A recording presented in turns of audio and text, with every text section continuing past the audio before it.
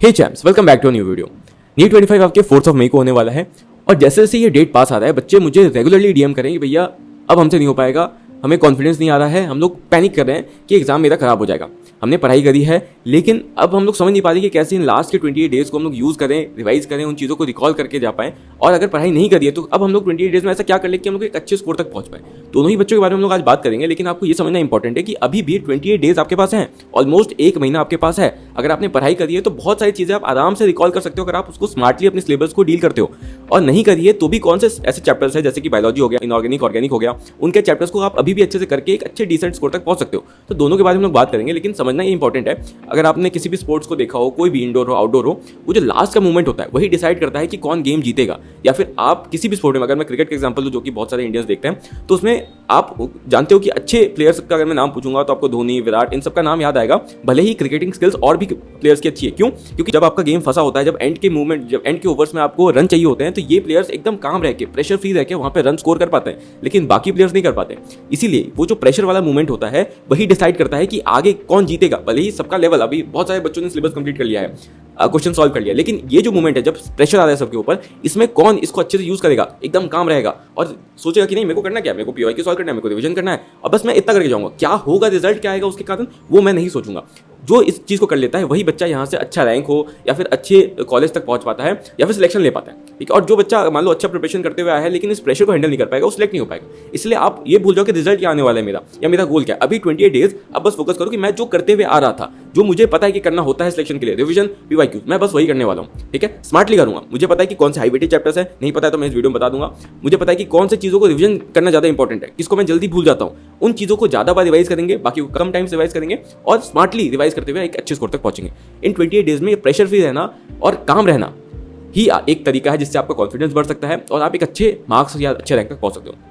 यहाँ पे चाहे आपने पढ़ाई करी हो ना करी हो, दोनों के बारे में बात करेंगे। और आज हम लोग केमिस्ट्री के बारे में बात करने वाले। क्यों? क्योंकि इसका जो सिलेबस है काफ़ी कम है। आपने सिलेबस लेट खत्म किया हो या फिर आपने रिवीजन स्टार्ट नहीं किया हो, अगर आपको रिवीजन स्टार्ट करें तो सबसे पहले केमिस्ट्री से करो और बायोलॉजी को यूज़ करो, क्योंकि इनसे मार्क्स बहुत जल्दी आपका बूस्ट होगा। जो भी आपके मॉक टेस्ट में मार्क्स आ रहे हैं, अगर आप केमिस्ट्री बायो को एक बार रिवाइज कर लेते हो तो मार्क्स बहुत जल्दी आपको ऊपर जाता है, क्योंकि सिलेबस इसका बहुत कम है केमिस्ट्री में। और इसके जो क्वेश्चन आते हैं स्ट्रेट फॉरवर्ड क्वेश्चन आते हैं, आपके एनसीईआरटी से क्वेश्चन पूछेंगे या फिर फिजिकल है तो पीवाईक्यूज के जितने भी कंसेप्ट है उसके बेसिस पे क्वेश्चन पूछेंगे। तो इसलिए पीवाईक्यू और एनसीईआरटी अगर आप कर लेते हो, बस इस रिसोर्स पे फोकस रहते हो, तो आप आराम से केमिस्ट्री में एक अच्छा मार्क्स ला सकते हो। ठीक है, और दोनों ही केस में चाहे आपने पढ़ाई करी हो ना करी हो, आपको केमिस्ट्री और बायोलॉजी से ही स्टार्ट करना चाहिए। इस मोमेंट में मुझे फिजिक्स नहीं आता तो मैं फिजिक्स में जाके और कॉन्फिडेंस लूज करूँ, एकदम ही सही बात नहीं है। ठीक है, अब केमिस्ट्री की बात करते हैं तो सबसे पहले इनऑर्गेनिक आपको स्टार्ट करनी चाहिए, क्योंकि इसमें चैप्टर्स बहुत कम है और ऑलमोस्ट 15 क्वेश्चन इसमें पूछे जाएंगे। तो पेरियोडिक क्लासिफिकेशन है, एक बेसिक चैप्टर है जिसको आप वन शॉट से देख लेना। 3 से 4 घंटे के अंदर कोई भी आपको वन शॉट मिल जाएगा। अगर आपने नोट्स बनाए उससे रिकॉल कर सकते हो तो बहुत बढ़िया, नहीं कर पाते हो तब आपको वन शॉट देखना है। फालतू में आपको वीडियो देखने की कोई जरूरत नहीं है। वन शॉट देखा या फिर नोट्स से रिवाइज कर लिया, फिर पीवाईक्यू एक बार सॉल्व कर लिया, पेरियोडिक क्लासिफिकेशन आपके दिमाग में आ जाएगा। उसके बाद चल जाना है आपको केमिकल बॉन्डिंग पे। केमिकल बॉन्डिंग का 4 घंटे का लेक्चर मैंने अपने हिस्ट्री में कराया हुआ है, जिसमें एनसीईआरटी तो कवर्ड है ही, साथ ही साथ सारे कंसेप्ट कवर्ड है जो कि पीवाईक्यू में यूज होंगे आपके। तो आप 4 लेक्चर से देख लेना। एक लेक्चर का बचा हुआ है जिसमें जो बाकी छोटे मोटे कंसेप्ट है वो मैं करवा दूंगा, जो कि कल या परसों तक वीडियो आ जाएगी। फिर कोऑर्डिनेशन कंपाउंड एक मेरा बचा हुआ है, तो जब तक आप ये सारे चैप्टर्स ह्यूरिस्टिक से करोगे, कोऑर्डिनेशन कंपाउंड कंप्लीट हो चुका होगा। तो ये चैप्टर जो आपके हैं वो आप ह्यूरिस्टिक से कर सकते हो। बस पेरियोडिक क्लासिफिकेशन मैं नहीं कर पाऊंगा और इजी चैप्टर भी आप वन शॉट से देख सकते हो, उसका आपका हो जाएगा। तो पेरियोडिक क्लासिफिकेशन 3 घंटे में वन शॉट देख लो, 4 घंटे के अंदर केमिकल बॉन्डिंग ह्यूरिस्टिक से आपकी हो जाएगी। और ये 1x पे मैं बता रहा हूँ आपको। कोऑर्डिनेशन कंपाउंड 5 घंटे के अंदर के लेक्चर्स आपके होंगे ह्यूरिस्टिक के, जब भी बनेंगे। ठीक है, पी ब्लॉक मैंने ह्यूरिस्टिक में करवाया हुआ है, 2 आवर्स के अंदर आपका पूरा पी ब्लॉक हो जाएगा। तो एक बार आपका पेरियोडिक क्लासिफिकेशन केमिकल बॉन्डिंग का कंसेप्ट बन गया, फिर आप डायरेक्टली ह्यूरिस्टिक पे चले जाओ, पी ब्लॉक देख लो। उसमें कंपाउंड्स वाला पार्ट नहीं देखना है, क्या नहीं देखना है वो मैंने इस वीडियो में बता रखा है। इस वीडियो को देख लेना और देख लेना कि आपको क्या पढ़ना है पी ब्लॉक से, क्योंकि कंपाउंड्स आपके सिलेबस से हट गया है, तो फालतू में वहां पे टाइम वेस्ट करके फायदा नहीं है। उसके बाद आप डीएनए ब्लॉक पे चल जाना। मैंने वहां पे बहुत ही कंसेप्चुअल तरीके से समझा है, तो अगर आपको कभी भी डीएनए ब्लॉक बोरिंग लगा है या समझ नहीं आया है या आपको लगता है कि यहाँ पे हर एक फैक्ट पे कंसेप्ट चेंज हो रहा है, तो आप डीएनए ब्लॉक को देखना, मेरी हिस्ट्री को देखना, आपको सब कुछ समझ में आ जाएगा। ठीक है, 1.5 आवर्स के अंदर। ठीक है, तो अगर इसको आप सम करते हो तो 15.5 आवर्स 1x पे अगर आप देखते हो सारी वीडियोस को, तो आपका होता है, जो कि आप इजीली 2 दिन के अंदर खत्म कर सकते हो। एक बार आपने लेक्चर देख लिया, फिर आपको पीवाईक्यू सॉल्व कर लेना है। पीवाईक्यू सॉल्व करने के बाद बस आपको बार बार एनसीईआरटी रिवाइज करना है, स्पेसिफिकली पी ब्लॉक और डीएनएफ ब्लॉक में और कोऑर्डिनेशन कंपाउंड में। ये 3 चैप्टर्स में आपको एनसीईआरटी बार बार रिवाइज करनी है। पेरियोडिक क्लासिफिकेशन और केमिकल बॉन्डिंग मोस्टली कंसेप्ट पे चलता है, तो पीवाईक्यू सॉल्व कर लेना 2-3 बार, आपका काम हो जाएगा। बस इतना आपको करना है। ठीक है, अच्छा, उसके बाद आगे चलते हैं, ऑर्गेनिक को देखते हैं। तो ऑर्गेनिक में सबसे पहले आपको क्या करना है, जीओसी वाला जो चैप्टर है, जो पहला चैप्टर है, जिसमें अगर आप देखोगे तो टीचर्स पार्ट वाइज पढ़वाते हैं, जिसमें आईयूपीएसी पहले कराएंगे, फिर आइसोमेरिज्म, फिर जीओसी, फिर प्यूरिफिकेशन वाला पार्ट आपका जो एनसीईआरटी में दिया हुआ है। तो इसमें जो प्यूरिफिकेशन वाला पार्ट है और जो आइसोमेरिज्म है ये दोनों ही मैंने ह्यूरिस्टिक में कराया हुआ है। वेरिफिकेशन का एक अलग से आपको वीडियो मिल जाएगा जो कि 1 घंटे का है, ह्यूरिस्टिक से देख लोगे, आपका उससे बाहर एक भी क्वेश्चन नहीं आएगा। आइसोमेरिज्म मैंने हर एक चैप्टर में एनसीईआरटी में जैसे अलग अलग जगह दिया हुआ है, कुछ पार्ट हाइड्रोकार्बन में है, कुछ पार्ट हेलोएल्केन हेलोअरीन में है, तो जहां पे जो चीज़ है वहां पे मैंने करवा दिया है ह्यूरिस्टिक के अंदर ही। तो उसके अलावा आपको कुछ अलग से आइसोमेरिज्म की वीडियोस अभी करने की जरूरत नहीं है, ठीक है। मेन जो आपको करना है वन शॉट से पंकज सर के देख सकते हो या नितेश सर के देख सकते हो, जिसके भी आपको सूट करे डिपेंडिंग ऑन कि आप कितना भूल चुके हो। मान लो आप पूरा ही भूल चुके हो, आपको कुछ याद ही नहीं है, तो फिर आप पंकज सर के देखोगे, उसमें क्वेश्चन प्रैक्टिस भी आपकी हो जाएगी थोड़ी बहुत। और अगर आपको याद है, बस आपको एक बार रिकॉल करना है, तो फटाफट कोई छोटी वन शॉट देख सकते हो जैसे नितेश सर की, जिसमें आपको कंसेप्ट एक बार ऊपर से निकल जाएगा, क्वेश्चन प्रैक्टिस उतनी नहीं होगी, ठीक है। तो जीओसी के कंसेप्ट एक बार देख लेना और आईपीएससी एक बार देख लेना अगर भूल गए तो। ये 5 घंटे और 4 घंटे इसमें आपको लगेंगे 1x की स्पीड में बता रहा हूँ। एक बार आपका कंसेप्ट क्लियर हो गया, उसके बाद ये जितने भी चैप्टर्स मैंने लिखे हैं ऑर्गेनिक के, बाकी सारे चैप्टर्स मैंने ह्यूरिस्टिक में करवा दिए हैं। बहुत ही कम टाइम के अंदर सारी चीजें NCERT complete in text question के साथ करवा दिया है। तो आप हर एक लाइन को समझ सकते हो, हर एक रिएक्शन को समझ सकते हो, और मैंने उसमें याद भी करवा दिया। रिएक्शन कॉपी के थ्रू बहुत ही अलग तरीके से पढ़ाया मैंने। जो आप सोचो कन्वेंशनल वे ऑफ टीचिंग है वो वहाँ पे नहीं की गई है, वहाँ पे एक थोड़ा अलग तरीके से कराया, जहाँ पे एक्टिव रिकॉल भी करवा रहा हूँ मैं आपको, याद भी करवा रहा हूँ, रिएक्शंस के थ्रू आपको मैं थ्योरी याद करवा रहा हूँ, और रिएक्शंस जब आएंगे तो कैसे आपको उसको सोचना है, कैसे उसको अप्रोच करना है, वो भी मैंने वहाँ पे बताया हुआ है। तो ये बहुत तरीके से इस वीडियो को बनाया गया है, बहुत स्मार्टली बनाया गया है, तो इसको यूज करो। 2.5 आवर्स में आपका हाइड्रोकार्बन हो जाएगा, 2 आवर्स के अंदर हेलोएल्केन हेलोअरीन हो जाएगा, 2.5 आवर्स के अंदर एल्कोहल फिनॉल ईथर हो जाएगा, 3.5 आवर्स एल्डिहाइड कीटोन कार्बोक्सिलिक में लग जाएगा आपको, एमाइंस में 2 घंटे और बायोमोलिक्यूल्स में 2 घंटे लगेंगे।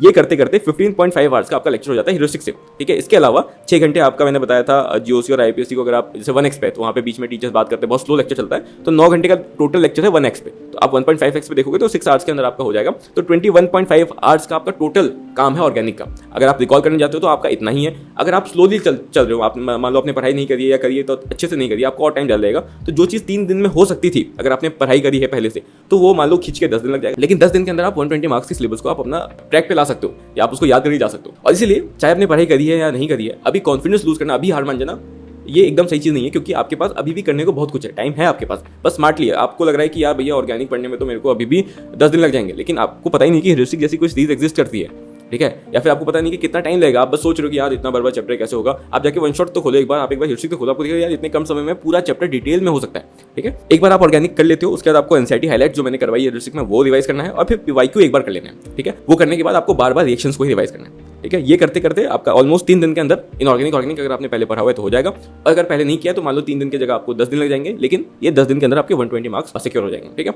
उसके बाद आपको बस रिवाइज करते हैं।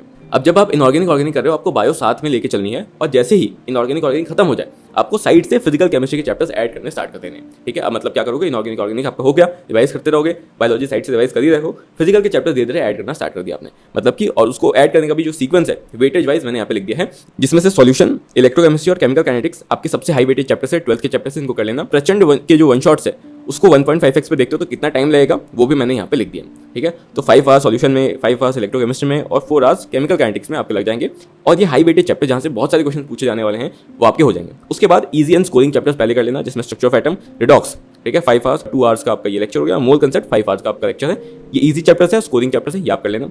उसके बाद लास्टली आप जाना थर्मोडायनेमिक्स पे और इक्विलिब्रियम पे, जिसमें टाइम आपको थोड़ा लगेगा और थोड़ा सा कंसेप्ट बनाना पड़ता है, क्वेश्चन प्रैक्टिस ज़्यादा करनी पड़ती है, तब जाके आपसे यहाँ पे क्वेश्चन बनना स्टार्ट होते हैं, ठीक है। ये करने में आपके 7 दिन लगेंगे अगर आपने पहले पढ़ाई करी है तो। लेक्चर देखने में और पीवाईक्यू सॉल्व करने में 7 डेज के अंदर आपको हो जाना चाहिए। और ये 7 डेज ऊपर 3 डेज 10 डेज के अंदर, चाहे आपने अभी सिलेबस खत्म किया हो, लेकिन अगर आपने पढ़ाई करी है तो आप ट्रैक पे आ सकते हो। और अगर आपने पढ़ाई नहीं करी तो आपको थोड़ा ज़्यादा टाइम लग जाएगा, 17 डेज से लेके 20 डेज के अंदर आप फिर भी इन चीज़ों को, बहुत सारी चीज़ों को खत्म कर पाओगे, जो कि एक अच्छा नंबर है। अगर आप कंपेयर करते हो इससे कि मैं तो हार मान के बैठ रहा हूँ, मेरे से कुछ भी नहीं हुआ, ठीक है। तो आपको हार नहीं मानना है, जो मैंने बोला है वो करना स्टार्ट करो। जब आप करोगे ना तो आपको लगता है यार ईजी था, मैं तो फालतू में छोड़ रहा था, लेकिन जब आप नहीं करते तो आपको बहुत हार्ड लगती चीज़ें।